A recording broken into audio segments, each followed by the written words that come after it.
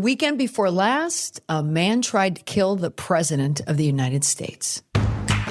By the next evening, Trump sat down with Norah O'Donnell on 60 Minutes. When she quoted from the alleged shooter's manifesto, he snapped. The so-called manifesto is a stunning thing to read, Mr. President. He appears to reference a motive in it. He writes this, quote, administration officials, they are targets. And he also wrote this, I am no longer willing to permit a pedophile, rapist, and traitor to coat my hands with his crimes. What's your reaction to that? Well, I was waiting for you to read that because I knew you would, because you're horrible people, horrible people. He knew she would. The word knew. He was ready for it. That is not a coincidence. That is a trap. And once you see how it works, you will not be able to stop seeing it.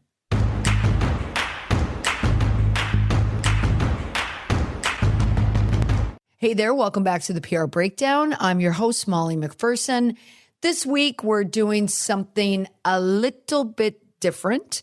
I am going back to my Crisis Doctrine. Put on your analytical, theoretical hats.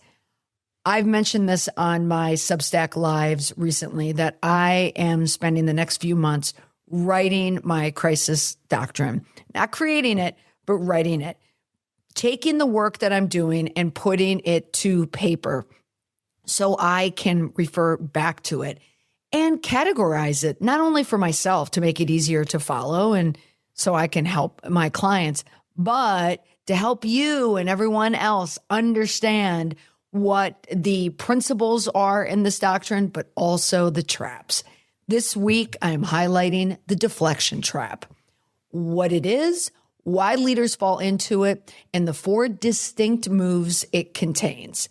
I also want to tell you how to spot it, everywhere from a presidential interview to a town hall put on by your CEO, or perhaps even a conversation you had last week with your mother. I have been tracking the news around the White House Correspondents Dinner all week. At the time of this recording, it had happened the weekend prior. I pulled the data, and I have 8,700 articles to back up what I'm about to tell you. By the end of this episode, you will have a new vocabulary, 4 name moves, and a single counter principle that breaks the trap every time. Let's get into it. Using my media database partner, Muckrack, I tracked across April 23rd to April 29th, every major outlet, every angle, 8,706 articles in total. I sorted them into 2 frames. The first frame is what I call competence and control, coverage that focuses on what happened, how law enforcement responded, what the security review will recommend, the boring, accurate, accountability-driven version of events. The second frame is grievance, coverage that focuses on who is to blame, who is the victim, who is the enemy. Same week, same news. 2 different stories being told. Here's what I found. Grievance framing dominated coverage at 55.1%. Competence and control came in at 44.9%. Every major outlet, every grievance angle, every competence and control angle. 8,706 articles in total. And here's what I found. The grievance framing dominated coverage at 55.1%. Competence and control framing came in at 44.9%. That is a 10.2 point gap. So in a week where a gunman breached the perimeter at the most publicized press event in Washington, competence frame is the story you would expect. Instead, we got the grievance. The grievance frame arrived 3 days later to replace the accountability frame. And that's not media bias. That is the deflection trap operating at industrial scale. Then I ran the word cloud on grievance coverage. You know what that looks like. It's all the words that come up in all of the articles. And here's where I tell you, you can head over to my Substack. I have a link in the show notes to read the article The Deflection Trap, how leaders move the spotlight when they cannot afford to answer, and how to spot it in real time. There you will see all of the numbers and the visuals. So when you run the word cloud on grievance coverage, here's what was big. Ballroom, historic preservation, court filing, Justice Department, Donald Trump, international cooperation. And here and then, tucked up almost into a corner, almost like an afterthought, assassination attempt. A man tried to kill the president, and within a week, the press was writing about historic preservation and the ballroom. But here is the word that stopped me. Right next to Donald Trump's name, Jimmy Kimmel. And of course, our First Lady Melania is here. Look at Melania, so beautiful. Mrs. Trump, you have a glow like an expectant widow. In a word cloud about a presidential assassination attempt, the name of a late night talk show host, sitting roughly the same size as Iran, as Congress. So larger than attorney, larger than administration, larger than Border Patrol. Jimmy friggin' Kimmel. In the same week that there was an attempt on the president's life. Think back, if you are my age or older, Gen X, baby boomer or older, do you remember when there was an assassination attempt against Ronald Reagan? Same hotel. The news that dominated was an assassination attempt. We heard about Hinckley. We heard about Hinckley's obsession with Jodie Foster. But if we had a word cloud, Jodie Foster wouldn't even be in the word cloud. And if she was, she would be in this tiny, tiny corner. But Jimmy Kimmel, prominent. Why? Because we have an administration, we have a president who deploys deflection whenever they can. And Jimmy Kimmel and his mock White House Correspondents Dinner skit, and his joke about the soon-to-be widow, Melania Trump, was glowing. Trump used that as a deflection. That's why it became such a big story. That's what a successful deflection looks like when deployed. The original story gets so thoroughly replaced that the comedian making jokes about the deflection ends up more newsworthy than the assassination itself. This is the trap at scale. And again, once you see it, you cannot stop seeing it, which is what we are going to do for the rest of this episode. Let's start naming the trap clearly. Deflection moves the spotlight. It's the first move of a leader who cannot afford to answer. Deflection is not a lie. A lie can be fact-checked. Deflection cannot because nothing was actually claimed. That's what makes it dangerous. That is also what makes it detectable, if you know what to look for. That is the doctrine. Now let me show you the 4 moves. In the 60-minute interview that aired the night after the White House Correspondents Dinner, Trump used 4 distinct deflection moves in under 30 seconds. 4 in 30 seconds. That is not someone fumbling under pressure. That is muscle memory. So let me walk you through them. First, the question reversal. Norah O'Donnell asked Trump about the alleged shooter attending a No Kings protest, a reasonable question about political motivation. Trump's response. If I was a king, I wouldn't be dealing with you. He did not engage with the question at all. He made the interview itself the burden.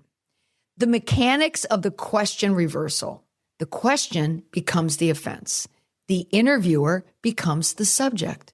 By the time the audience finishes processing the attack on the journalist, and by extension, every journalist who's ever pressed Trump for an answer, the original question is gone. Poof. You see this move every time the response to a hard question is some version of, how dare you ask me that question? Second, the whataboutism pivot. So same interview with Norah O'Donnell and the manifesto exchange. Listen to Trump's response. Your friends on the other side of the plate are the ones that were involved with, let's say, Epstein or other things. The mechanics, the question of one leader's behavior gets answered with an accusation about others. The responsibility becomes relative. If everyone is bad, no one has to answer for anything specific. The whataboutism pivot only works when the audience knows slightly less than they actually do. And it only works if no one in the room asks an obvious follow-up, which is what you can do when you are sitting down with one journalist in a 60-minute interview. You see this everywhere. And you've seen this. It's everywhere. You can see it in school board meetings, family arguments, arguments in relationships. Well, you did X. Here's a third one, the frame hijack. Trump again in the same exchange. You should be ashamed of yourself reading that, because I'm not any of those things. Mr. President, and I these was are never, the gunman's words. Excuse me. You shouldn't be reading that on 60 Minutes. You're a disgrace. The mechanics. The conversation is no longer about the manifesto. It is now about whether the journalists should have read it at all. New subject, new stakes, new villain. The tell on a frame hijack is bigger moral indignation than the original question warrants. The louder the outrage, the more likely the frame is being hijacked. Here's your fourth one, the compliment shield. Now, this one is more subtle. It travels alone, and it is a move you will see most often in your own life. A few weeks ago, at the beginning of last month in April, when Trump was asked about Attorney General Pam Bondi, the response in a separate statement was, quote, Attorney General Pam Bondi is a wonderful person and she is doing a good job, end quote. No defense of her actions, no explanation, no commitment. It's a character endorsement and it's performing loyalty in place of any accountability for Pam Bondi. Now, quick story. When asked about Attorney General Pam Bondi, there was a response that came out in a statement. I saw the statement while I was reading the New York Times while standing in line or standing in the queue at the airport in Dublin, Ireland. Here's the quote. Attorney General Pam Bondi is a wonderful person and she is doing a good job. This is what I wrote on my Instagram post because I read that and I immediately took a screen grab and I posted it to Instagram. I wrote, she's, quote, a wonderful person, end quote. Translation, start packing. When Trump stops calling people incredible and switches to wonderful, that's a goodbye. And boy, was I right. She was gone before I even got into the car. That's how reliable the tell is. Now, the compliment shield is the most dangerous of the four, I think, because it sounds like the most reasonable. It sounds kind. It sounds gracious.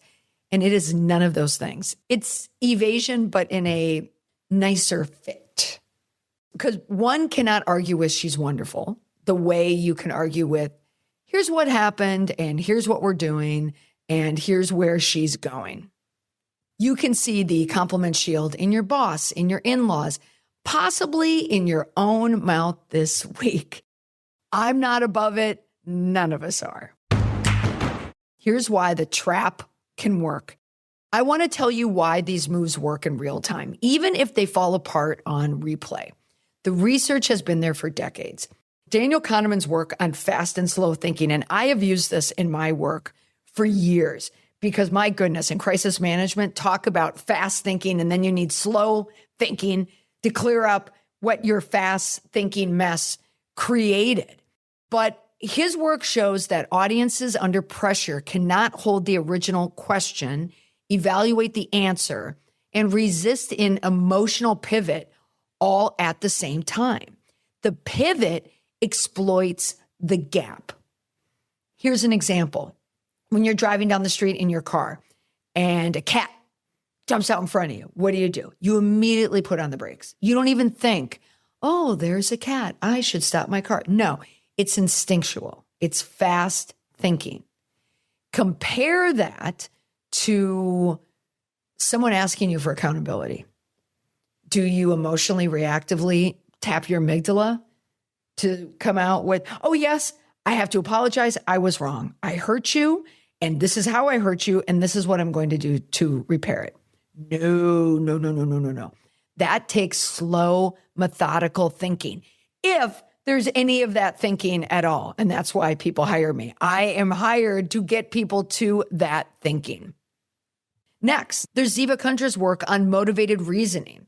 And the more technical word is partisan asymmetry. It's the audiences who already trust the leader and accept the deflection. Audience who already distrust the leader detect it instantly. Think of MAGA. Think of anyone in MAGA. And then think of anyone with common sense. I'm sorry. I don't want to make this program political at all. But you know what I'm saying. If someone is deep into MAGA, no matter what Trump does, they're going to buy into it. And if you are someone who cannot stand Donald Trump, you do not trust Donald Trump, no matter what he says, you are instantly going to detect it as wrong and lacking trust. Deflection is not designed to convince the skeptical. It is designed to give the loyal permission to look away. Think about it. Epstein, anything that Trump does, Iran, anything he does, there's going to be loyal MAGA people who will just look away and allow it. Then there are researchers, Peter Bull and Ofer Feldman. They found that experienced politicians use what they call non-replies in 40 to 60% of pointed questions. So audiences detect them less than half the time on the first hearing. So I'm going to say that again, less than half. Think Pete Hegseth sitting there for hours in the congressional hearing about the Iran war. You heard that the war is a gift to the world and Trump's commitment is ironclad and the Pentagon needs a warrior culture. He called Democrats and some Republicans reckless, feckless, and defeatist. And in some cases, he lumped congressional critics together as a bigger threat than Iran itself. And then when he was going back and forth and volleying these gotcha questions, and then when he was speaking with Representative Ro Khanna, who was simply asking what the war is costing Americans at the pump. Fuel charges are rising. Hegseth called it a gotcha question. And then he snaps back that Democrats are already cutting this clip as proof that the administration doesn't care about gas and grocery prices. Deflect, dodge. That gap is where the deflection trap lives. Now, here is the useful part. Naming the trap is half the work. The other half is what you do when you spot it. 4 audiences, 4 lessons, quick. If you are a leader, the question you most want to redirect is the one you need to answer the most. Audiences forgive imperfect answers, but they do not forgive the feeling that they're being managed. The way out of the trap is the move it is designed to avoid. You name the reality. Address the question that was asked in the words it was asked. Now, if you're a professional, when your CEO answers a different question than the one you were asked, the original question is the answer. Track the gap. Write down the original question. Write down the response. If they do not match, the situation is more serious than the room is acknowledging. And if you're someone who reads the news, train yourself to ask one question of every story. What was the question this article was supposed to answer? If the answer is not in the article, the deflection worked. You can do this reading the news. You can do this watching the news. The week that I'm focusing on in this podcast is an example. A man tried to kill the president, but by the following Tuesday, the dominant news story was a court filing about a ballroom. The original question, what does this attack tell us about the moment we are in, never made it to most of the front pages. And if you experience this in your personal life, it might sound like this. If you asked a partner, why were you so hurtful? And they come back with, why don't I get to share my feeling? That's deflection. A mother who tells you, I know nothing I say is important, when you politely declined her opinion to the story. The original question still stands. A deflection ends conversations. It does not resolve them. And in most good conversations, what do you want? To resolve.